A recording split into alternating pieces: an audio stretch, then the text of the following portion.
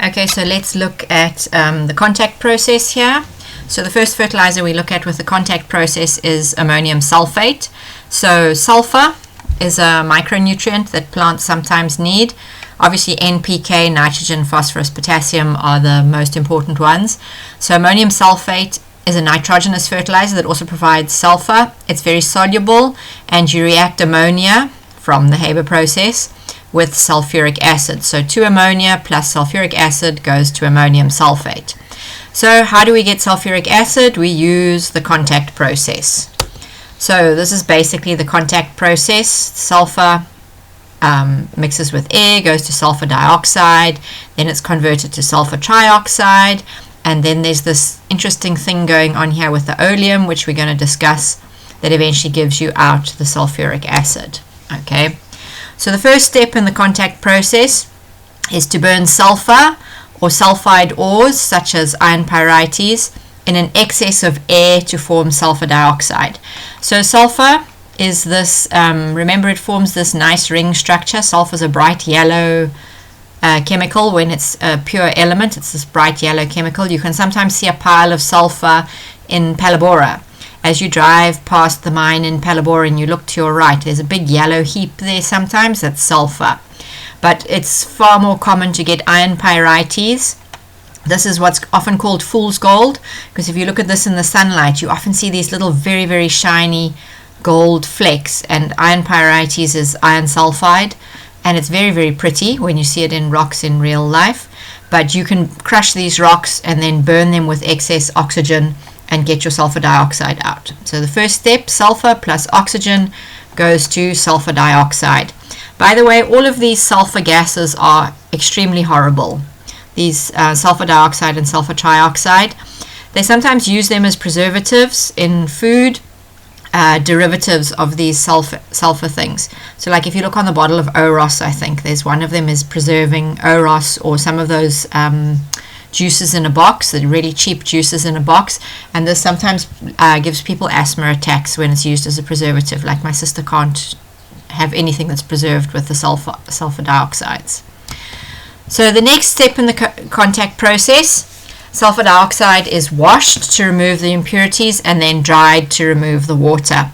So I don't exactly know how they do this, but obviously if you're burning iron pyrites, you will get a lot of weird byproducts. Okay, so what happens is, I'm pretty sure they bubble the gas through some water, and then on the other side they put it in some kind of dehydrating thing to remove the water. So what happens, because the sulfur dioxide dissolves in the water and then forms sulfurous acid, so when they dry it to remove the water, this obviously goes back from sulfurous acid back to water and sulfur dioxide.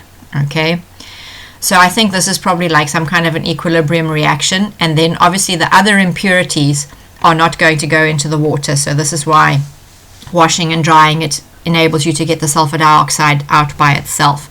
But I don't imagine it looks like your ordinary washing machine at home. So then in the next step, the sulfur dioxide gets heated with oxygen from the air, and you have to have a catalyst to do this, vanadium pentoxide. So sometimes this is written as vanadium and then in the brackets the little V oxide, and sometimes it's written as vanadium pentoxide. This is its chemical formula, V2O5. Okay, so catalysts over the reaction arrow. So 2 sulfur dioxide plus oxygen goes to 2 sulfur trioxide in the presence of the vanadium pentoxide catalyst.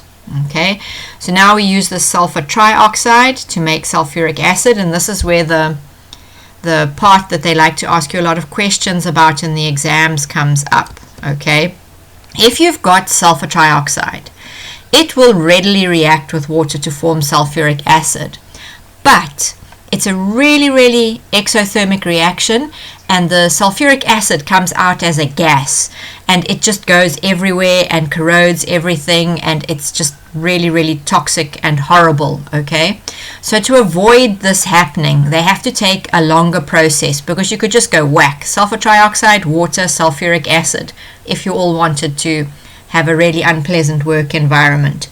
So instead of doing this easy reaction, they take the sulfur trioxide and they dissolve it in some existing sulfuric acid. So in order to make sulfuric acid, you need sulfuric acid. Kind of weird, but it's fine. Once you've started the process, it's easy. It's just when you start it for the first time, then where did you get your sulfuric acid from? But not to worry once the process is going. So get your sulfur trioxide and dissolve it in sulfuric acid instead of water. And so this is not only less dangerous and more environmentally friendly, you can do it at a lower temperature and pressure. And the moment anything's at a lower temperature and pressure, it's cheaper. So industry likes to do this.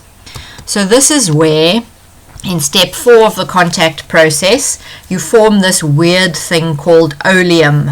Okay, and like I keep seeing oleum in the multiple choice questions, so I'm convinced they like you to know this step.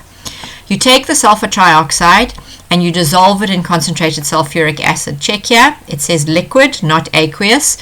When you see the sulfuric acid is liquid, then you know it's concentrated. Okay, so the sulfuric acid and the sulfur trioxide form this weird thing, which this is the only place I've ever seen it. This chemical is in this step of the contact process.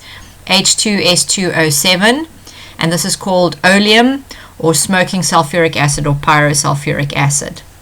Then in the last step, I think, you take the oleum, okay, and you mix it with water, and then you just get out the sulfuric acid, which is what you want, and this is just the less dangerous way.